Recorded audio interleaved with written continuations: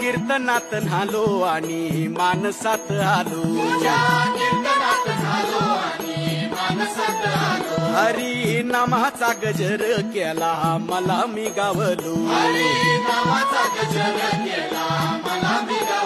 जन्म झाला वारकरी पाट समजली खरी. देह देवाची पंढरी विठू मनाच्या गाभारी. श्वास झालं जपमाळ मन चिपळ्याने टाळ.